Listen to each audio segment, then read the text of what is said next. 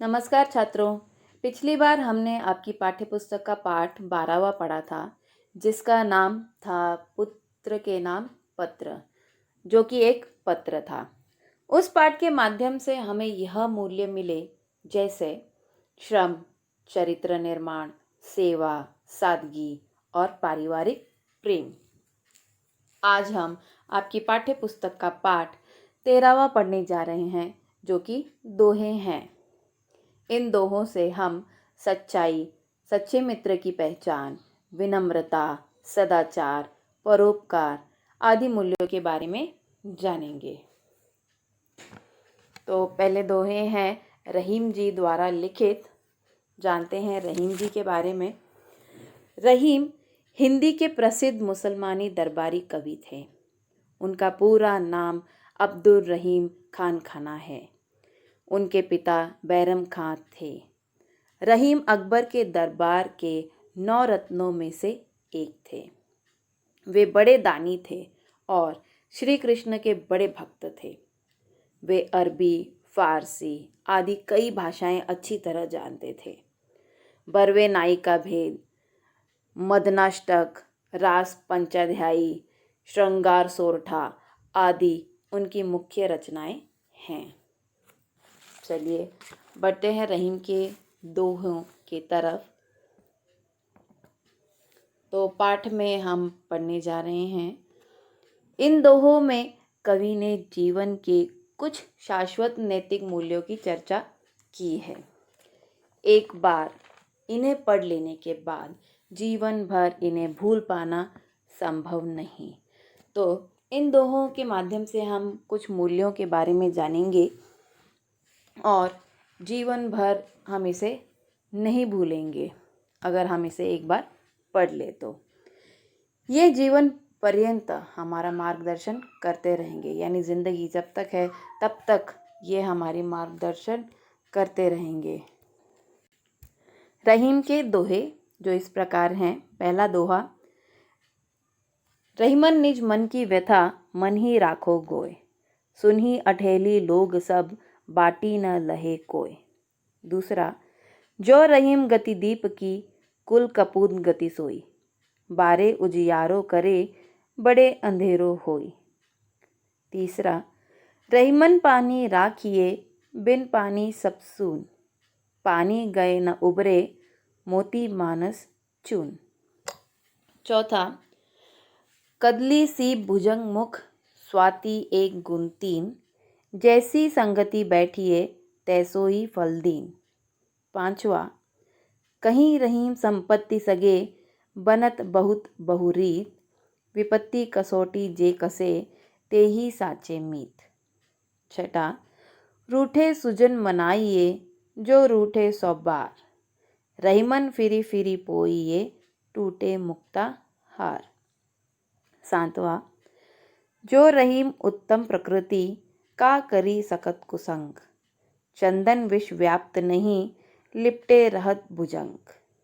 चलिए अब जानते हैं एक एक दोहे का अर्थ। पहला दोहा, रहीमन निज मन की व्यथा मन ही राखो गोय, सुनी अठेली लोग सब बाटी न लहे कोय। तो रहीम जी कहते हैं कि अपने मन के दुख को मन के भीतर छिपा कर ही रखना चाहिए, यानी जो भी आपका दुख है, परेशानी है, उसे अपने मन में ही रखना चाहिए। दूसरे का दुख सुनकर लोग इठला भले ही लें, यानी उसका मजाक उड़ा लेते हैं, उसे बांट कर कम करने वाला कोई नहीं होता। चलिए बढ़ते हैं आगे दूसरे दोहे की तरफ। जो रहीम गति दीप की कुल कपूत गति सोई, बारे उजियारो करे बड़े अंधेरो होई। तो कवि रहीम कहते हैं कि जो दशा दीपक की होती है वही दशा कुल के कपूत की भी होती है। कपूत यानी बुरा बेटा, ठीक है। कुल में यदि कोई लड़का पैदा होता है तो कुल वालों को प्रसन्नता होती है।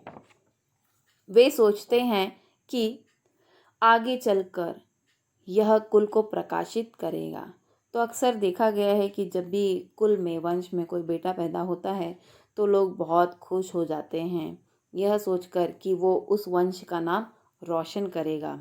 किंतु जब पुत्र कपूत होता है, यानी पुत्र जो बुरा कार्य करता है, बुरा होता है, तो वह कुल को अपने काले कारनामों से अंधकार में ढाल देता है। तो अपनी गलत चीज़ों से, बुराई से, गलत हरकतों से, व्यवहार से वह कुल का जो नाम है वह डुबो देता है। ठीक उसी प्रकार कोई दीपक जलाया जाता है तो चारों तरफ प्रकाश लाता है। अगर हम उदाहरण के तौर पे देखें तो हम दीपक जलाते हैं तो वो चारों तरफ पहले तो बहुत प्रकाश करता है, और जब वह बुझ जाता है तब कुल में अंधकार छा जाता है, यानी चारों तरफ अंधेरा हो जाता है। चलिए आगे बढ़ते हैं। रहीमन पानी राखिए, बिन पानी सब सून, पानी गए न उबरे, मोती मानस चून। इस दोहे का अर्थ, रहीम का कहना है कि जिस तरह आटे का अस्तित्व पानी के बिना नम्र नहीं हो सकता है, उसी तरह मनुष्य को भी अपने व्यवहार में हमेशा पानी यानी विनम्रता रखना चाहिए, जिसके बिना उसका मूल्यह्रास होता है। तो कहने का तात्पर्य यह है कि मनुष्य के जीवन में या मनुष्य को अपने व्यवहार में विनम्रता लानी चाहिए, उनके व्यवहार में विनम्रता होनी चाहिए। उन्होंने उदाहरण दिया है आटे का। जब हम आटा गूंथते हैं तो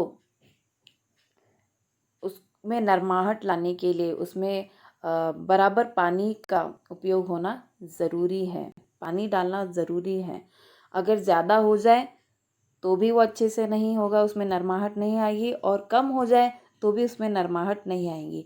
तो बराबर पानी का होना यानी मनुष्य में विनम्रता का होना बहुत ज़रूरी है। चलिए जानते हैं दूसरा। कदली सी भुजंग मुख, स्वाति एक गूंद तीन, जैसी संगति बैठी है तैसो ही फल दीन। तो यहाँ स्वाति नक्षत्र के बारे में बात की जा रही है। जो स्वाति नक्षत्र होता है उसमें वर्षा होती है, वो अलग अलग चीज़ों पे, अलग अलग वस्तुओं पे गिरती है या पड़ती है, तो उसका फल कैसा होता है, अलग अलग असर होते हैं, वो बताया है इस दोहे में। स्वाति नक्षत्र की वर्षा की बूंद तो एक ही है। स्वाति नक्षत्र में जो भी बारिश हो रही है, जो बूंदें गिर रही हैं, वो एक ही है, पर उसके गुण अलग अलग 3 तरह के देखे जाते हैं। अब उन्होंने उदाहरण दिया है कि जब वही बूंद 3 अलग अलग वस्तुओं पे या चीज़ों पे गिरती है तो उसका असर क्या होता है। तो अब पहला उदाहरण, कदली यानी केले में पड़ने से कहते हैं कि उस बूंद का कपूर बन जाता है, और अगर वही बूंद सीप में पड़ी तो उसका मोती हो जाता है। तो सीप में वह पड़ी तो उसका मोती हो जाता है। तो सीप यानी शंख, सांप के मुंह में गिरने से उसी बूंद का विष बन जाता है। तो कहने का तात्पर्य है कि जैसी संगत में हम रहते हैं वैसा ही परिणाम, वैसा ही असर उस पर होता है या हम पर होता है। चलिए बढ़ते हैं अगले दोहे की तरफ। कहीं रहीम संपत्ति सगे, बनत बहुत बहुरीत, विपत्ति कसोटी जे कसे, ते ही साचे मीत। अर्थ, जब आदमी के पास धन दौलत होती है तो लोग तरह तरह के रिश्ते निकालकर उससे संबंध बनाने की कोशिश करते हैं। ऐसा अक्सर देखा जाता है कि जिस व्यक्ति के पास बहुत सारा धन होता है, उसके जो आसपास लोग दिखते हैं, अक्सर वो किसी न किसी बहाने से उनसे रिश्ते निकालकर उनसे संबंध बनाने की कोशिश करते हैं। लेकिन संकट पड़ने पर ऐसे सभी लोग भाग खड़े होते हैं, यानी जो सच्चा मित्र नहीं है, सच्चे रिश्ते जो नहीं हैं, जिसके नहीं हैं, वह कभी भी मुश्किल पड़ने पर आपके साथ नज़र नहीं आते, वो भाग खड़े होते हैं। जो संकट काल में भी साथ में डटा रहे वही सच्चा मित्र होता है, यानी आप पे कोई मुसीबत आ रही है तो आपके साथ जो व्यक्ति खड़ा है वही आपका सच्चा मित्र है। चलिए अगला दोहा। रूठे सुजन मनाइए जो रूठे 100 बार, रहीमन फिरी फिरी पोइए टूटे मुक्ताहार। तो रहीम जी कहते हैं, यदि आपका प्रिय आपसे 1 बार 2 बार 3 बार 100 बार भी रूठे तो उसे मना लेना चाहिए, क्योंकि वो आपका सबसे प्रिय व्यक्ति है। जैसे उन्होंने उदाहरण दिया है, मोतियों की माला टूट जाए तो उन मोतियों को एक बार धागे में पिरो लेना चाहिए। अक्सर हम लोग भी ऐसा करते हैं कि जब भी मोतियों की माला टूट जाती है तो उसे हम धागे में पिरो लेते हैं, यानी उसको फिर से माला बना लेते हैं। तो उसी तरह अगर कोई आपका प्रिय व्यक्ति है, वो आपसे रूठ गया है, कितनी भी बार रूठ गया है, तो उसे मना लेना चाहिए। चलिए आगे बढ़ते हैं। जो रहीम उत्तम प्रकृति का करी सकत कुसंग, चंदन विष व्याप्त नहीं लिपटे रहत भुजंग। अर्थ, रहीम कहते हैं कि जो अच्छे स्वभाव के मनुष्य होते हैं उनको बुरी संगति भी बिगाड़ नहीं पाती। तो रहीम जी कह रहे हैं, जिसका व्यवहार अच्छा होता है, जिसका स्वभाव अच्छा होता है, उसे कहीं पे भी रख दिया जाए, किसी के भी साथ रख दिया जाए, उसे बुरी संगति कभी बिगाड़ नहीं पाती। उन्होंने उदाहरण दिया है, जहरीले सांप चंदन के वृक्ष से लिपटे रहते हैं। क्यों? उसकी खुशबू के कारण। चंदन का जो वृक्ष होता है वो खुशबू देता है, उसमें एक खुशबू होती है जिससे सांप आकर्षित होते हैं और चंदन के वृक्ष को लिपटे रहते हैं। पर फिर भी कोई जहरीला प्रभाव नहीं डाल पाते उस पे। यानी कहने का तात्पर्य यह है कि अगर हमारा स्वभाव अच्छा है और हम कहीं पे भी रहें, किसी की भी संगत में रहें, तो हमें कोई बिगाड़ नहीं सकता। चलिए आगे बढ़ते हैं, जानते हैं तिरुवल्लुवर के बारे में। तिरुवल्लुवर तमिल भाषा के एक महान संत थे। माना जाता है कि इनका जन्म 100 ईस्वी पूर्व से 300 ईस्वी पूर्व के बीच हुआ था। कुछ लोगों का मानना है कि इनका जन्म चेन्नई के माइलापुर में हुआ और कुछ लोग कहते हैं मदुरै में। इनके माता पिता कपड़े बुनने का काम करते थे। इनकी पत्नी का नाम वासुकी था। इन्होंने तमिल भाषा में एक महान ग्रंथ की रचना की जिसका नाम है तिरुकुरल। तिरु अर्थात हिंदी का श्री, शब्द कुरल अर्थात आवाज। तिरुकुरल के 3 भाग हैं, धर्म, अर्थ और काम। उनमें क्रमशः उनके दोहे, पहला, भला नहीं भूलना जो भी हो उपकार, भला यही झट भूलना कोई भी अपकार। दूसरा, होने पर भी विपद के बड़ा लाभ है एक, मित्र खेद सब मापता मानदंड वह एक। तीसरा, दिया सवेरे अन्य को यदि तुमने संताप, वही ताप फिर सांझ को तुम पर आवे आप। चौथा, अति संकट के समय पर किया गया उपकार भू से अधिक महान है यद्यपि अल्पाकार। पांचवा, सदाचार के बीज से होता सुख उत्पन्न, कदाचार से ही सदा होता मनुज विपन्न। छठा, सब धन से संपन्न हैं जो होते मतिमान, चाहे सब कुछ क्यों ना हो मूर्ख दरिद्र समान। चलिए अब जानते हैं एक एक दोहे का अर्थ। पहला, भला नहीं भूलना जो भी हो उपकार, भला यही झट भूलना कोई भी अपकार।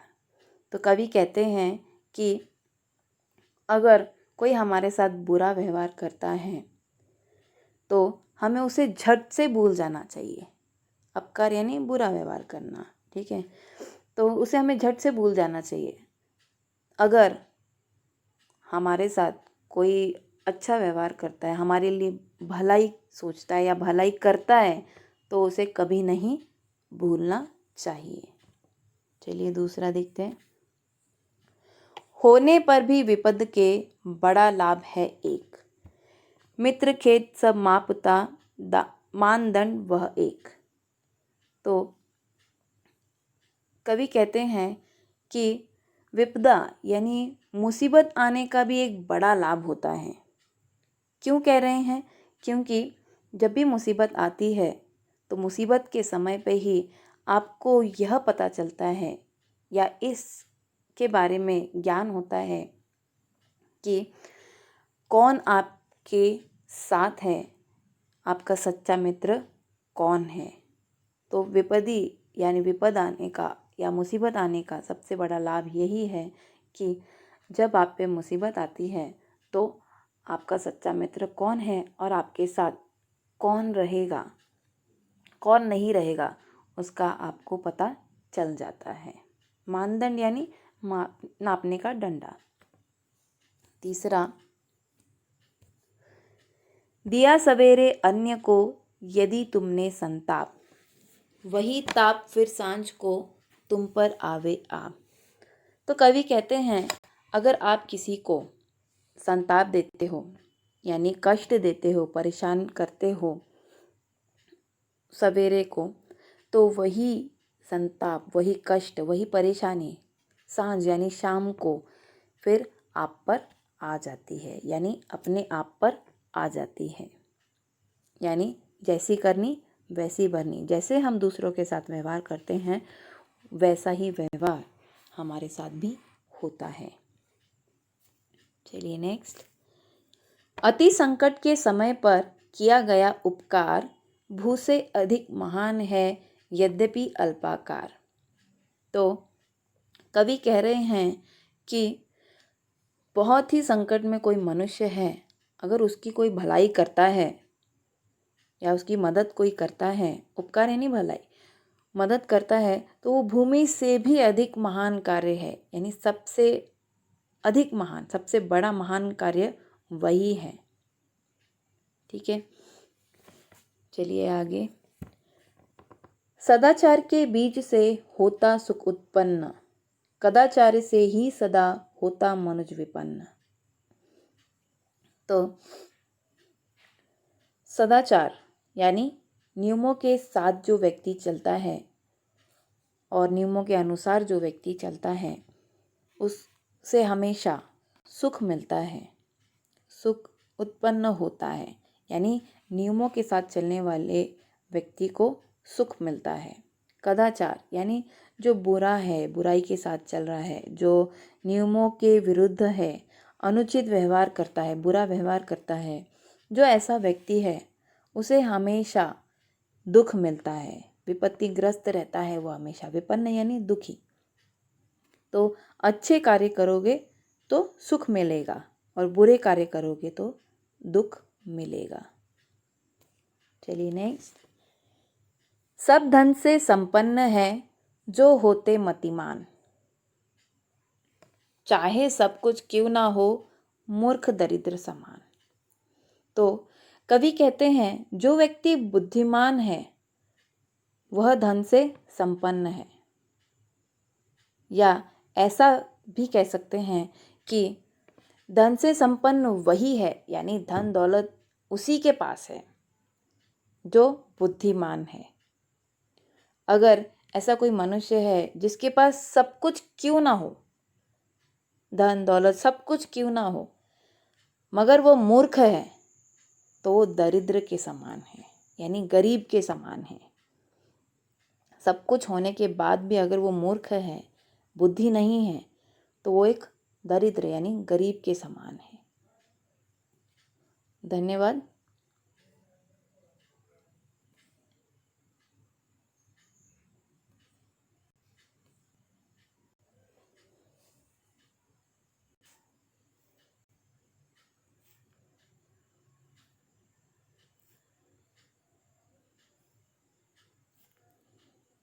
Thank you.